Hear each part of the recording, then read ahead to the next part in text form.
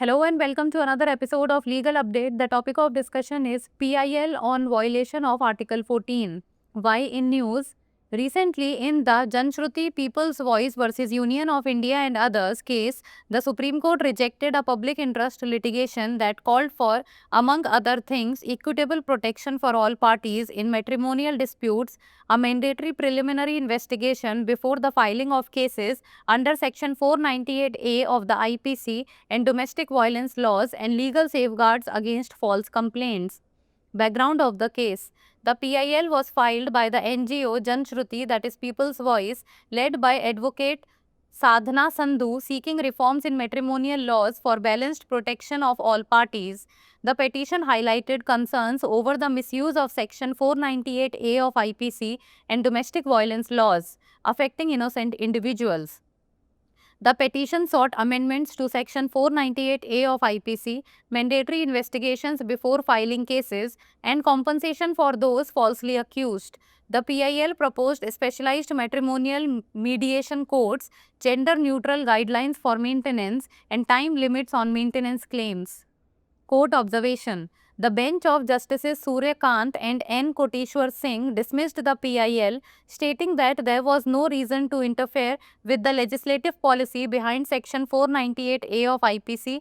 It noted that the plea claiming the provision violated Article 14 was misconceived. It observed that the allegation of misuse was vague and could only be addressed on a case-to-case basis, as the law is meant to protect women under Article 15 of the Constitution.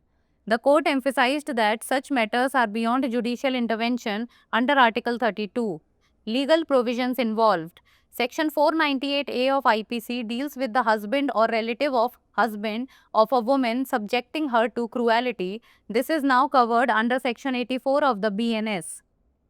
Article 14 of the Constitution affirms the fundamental right of equality before the law and equal protection of law to all persons. Article 15 of the Constitution deals with the prohibition of discrimination on grounds of religion, race, caste, sex, or place of birth. Article 32 of the Constitution provides remedies for enforcement of rights. It gives the right to move the Supreme Court by appropriate proceedings for the enforcement of the rights conferred by Part 3 is guaranteed. Now it's time for the practice question. Article 15 of the Constitution prohibits discrimination on the grounds of caste only, religion only, race, religion, caste, sex or place of birth, or none of the above. Send the answer of this question in the comments below. That's all for today. Thank you so much for watching. अनुच्छेद 14 के उल्लंघन पर जनहित याचिका चर्चा में क्यों? हाल ही में जनश्रुति पीपल्स वॉइस बनाम भारत संघ एवं अन्य मामले में सर्वोच्च न्यायालय ने एक जनहित याचिका को खारिज कर दिया, जिसमें अन्य बातों के अलावा वैवाहिक विवादों में सभी पक्षों के लिए समान सुरक्षा, भारतीय दंड संहिता की धारा 498A और घरेलू हिंसा कानूनों के तहत मामला दर्ज करने से पहले अनिवार्य प्रारंभिक जांच और झूठी शिकायतों के खिलाफ कानूनी सुरक्षा की मांग की गई थी। मामले की पृष्ठभूमि। अधिवक्ता साधना संधू के नेतृत्व में गैर सरकारी संगठन जनश्रुति पीपल्स वॉइस द्वारा यह जनहित याचिका दायर की गई थी, जिसमें सभी पक्षों की संतुलित सुरक्षा के लिए वैवाहिक कानूनों में सुधार की मांग की गई थी।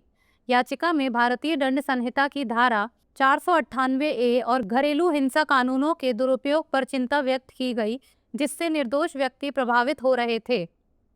याचिका में भारतीय दंड संहिता की धारा 498A में संशोधन, मामला दर्ज करने से पहले अनिवार्य जांच तथा झूठे आरोप में फंसाए गए लोगों को मुआवजा देने की मांग की गई है।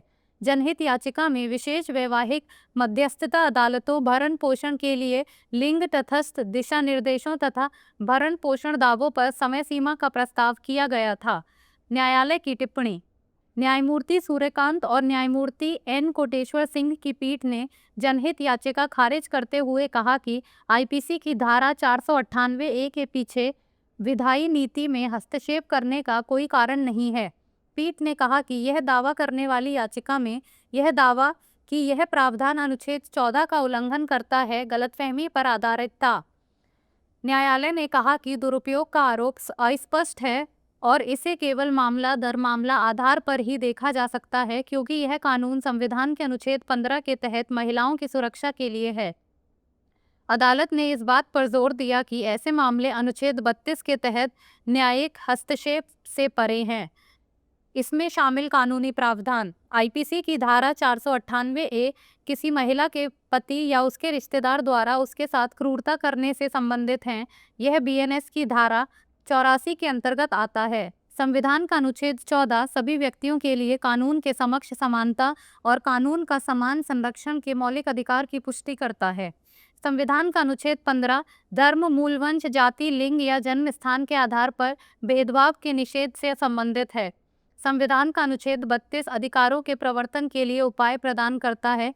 यह भाग 3 द्वारा प्रदत्त अधिकारों के प्रवर्तन के लिए उचित कार्यवाही द्वारा सर्वोच्च न्यायालय में जाने का अधिकार देता है। अब बारी है अभ्यास प्रश्न की। संविधान का अनुच्छेद 15 निम्नलिखित आधारों पर भेदभाव का निषेध करता है। केवल जाति, केवल धर्म, नस्ल, धर्म, जाति, लिंग या जन्मस्थान या उपरोक्त में से कोई नहीं।